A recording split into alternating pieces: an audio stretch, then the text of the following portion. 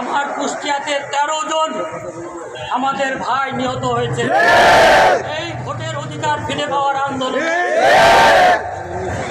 আর 5 তারিখের পর একটা ভালো সময় এসেছে, আমরা এখনো ক্ষমতায় যাইনি।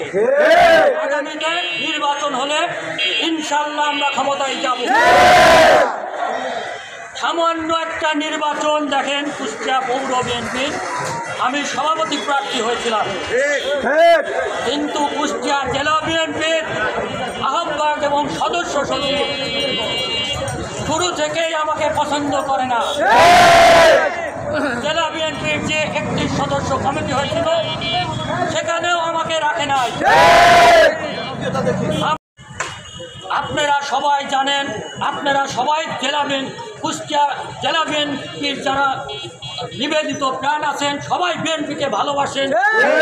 আপামর জনসাধারণ সবাই বলে বিএনপির ভিতর ঐক্য দরকার, নিচের থেকে উপর পর্যন্ত বলে আপনারা মিলেমিশে রাজনীতি করেন। কুষ্টিয়ার 4টে আসনই বিএনপি। পৌর বিএনপি যখন জেলা বিএনপি ঘোষণা দিল, আমাদের এই ঘোষণায় অংশগ্রহণ করার ইচ্ছা ছিল না, যেহেতু শুরু থেকেই তারা কারচুপি করে আসছে। সার্চ কমিটি করেছে তাদের নিয়ন্ত্রণে, আওয়ামী লীগের দোসরদের দিয়ে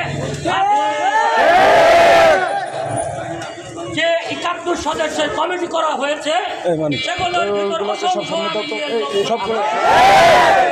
যেখানে আমাদের কর্মীরা ছিল তাদেরকে নাম দেওয়া হয়েছে।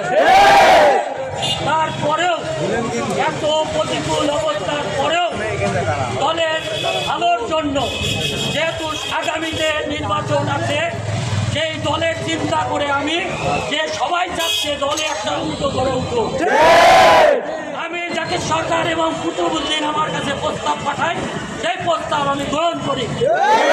তারা আমাকে অনুরোধ করে যে এই নির্বাচনে অংশগ্রহণ করলে তারা কোনো কারচুপি করবে না, তারা নিরপেক্ষ থাকবে। কিন্তু 27 তারিখের যে নির্বাচন হলো, আমি কি বলবো আপনারাই বলেন এর ফল কি হয়েছে।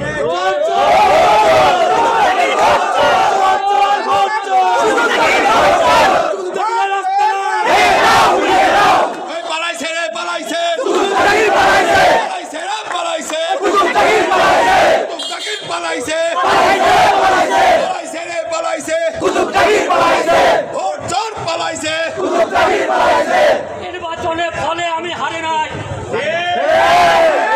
আমাকে হারাই দেওয়া হয়েছে।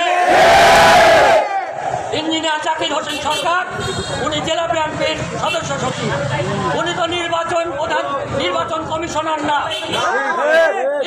কিন্তু উনি নির্বাচন ঘোষণা কিভাবে করলেন, উনি নির্বাচন গণনা কিভাবে করলেন। চোর চোর চোর চোর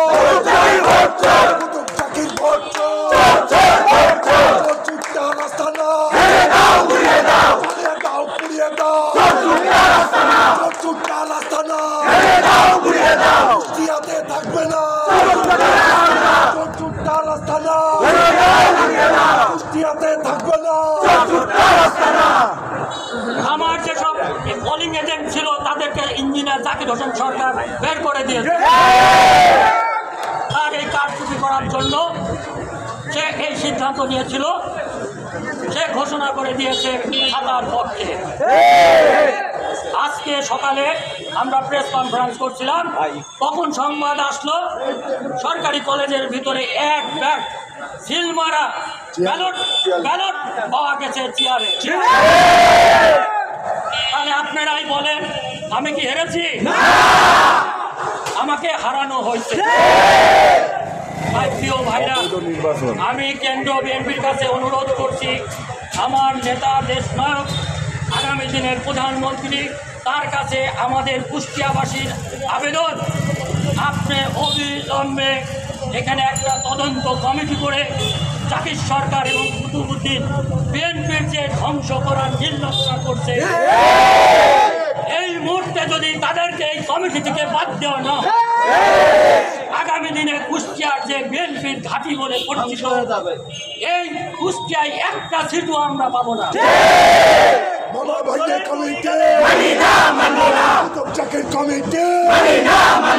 বাতিল করতে হবে। কুতুব জাকির কমিটি গতকালকে আমরা এই অফিসে এসেছিলাম, আপনারা জানেন, পূর্ণ গণনার জন্য। গণনা করে একটা বুথে পাওয়া গেল 4 ভোট বেড়ে গেল চেয়ারের পক্ষে। তারপরে যখন নির্বাচন কমিশনারকে বললাম ব্যালট পেপার কোথায়, চেয়ার ব্যালট পেপার খুঁজে পাই না, উনি বই কোথায়, বই খুঁজে পাই না।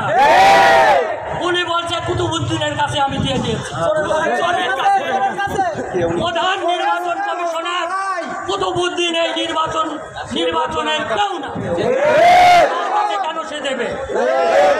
তারপরে এই অফিসের বাথরুমের উপর থেকে বলসার থেকে অরক্ষিত অবস্থায় কত বড় একটা আমানতকারী একটা নির্বাচনের ফল তার কাছে দেওয়া হয়েছে, এর ভিতর থেকে সেই ব্যালট পেপার বের করে নিয়ে আসছে।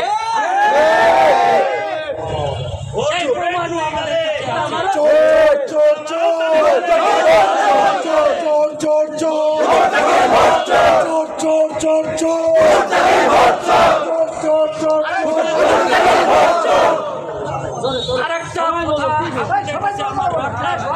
সাংবাদিক ভাইরা, জাকির সরকার জেলা বিএনপির সদস্য, সে প্রধান নির্বাচন কমিশনার কিভাবে হলো? তার সাথে আমার প্রথম থেকেই একটা ঝামেলা আছে। সে কিভাবে গণনা করে ঘোষণা দিল? আপনারা এই তথ্য আমি আপনাদের কাছে রাখলাম। সে কারচুপির মাধ্যমে গণনা না করে সে রেজাল্ট ফল ঘোষণা করে দিয়েছে। এই জন্য প্রিয় ভাইরা, আমি 21টা ওয়ার্ডের আমার যারা প্রিয় ভাই বোন যারা আমাকে ভোট দিয়েছেন, আমি হারি নাই। এই মিডিয়ার উদ্দেশ্যে তাদের কাছে আমি বলতে চাই, আপনাদের প্রার্থী হারে নাই। কাজল ভাই এগিয়ে চলো, কুষ্টিয়াবাসী তোমার সাথে। কাজল ভাইয়ের ভয় না, রাজপথ ছাড়ি না,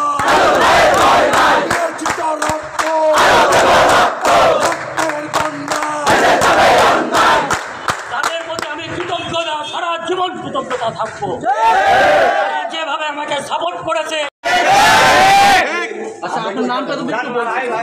আমি বার্ষিক সম্মেলনের সাধারণ সম্পাদক পদপ্রার্থী ছিলাম।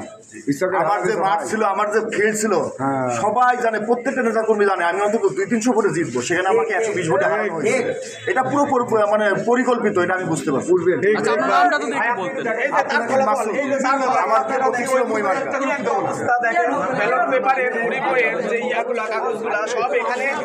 এখানে পাওয়া গিয়েছে এই বাথরুম থেকে উদ্ধার করা হয়েছে। দেখেন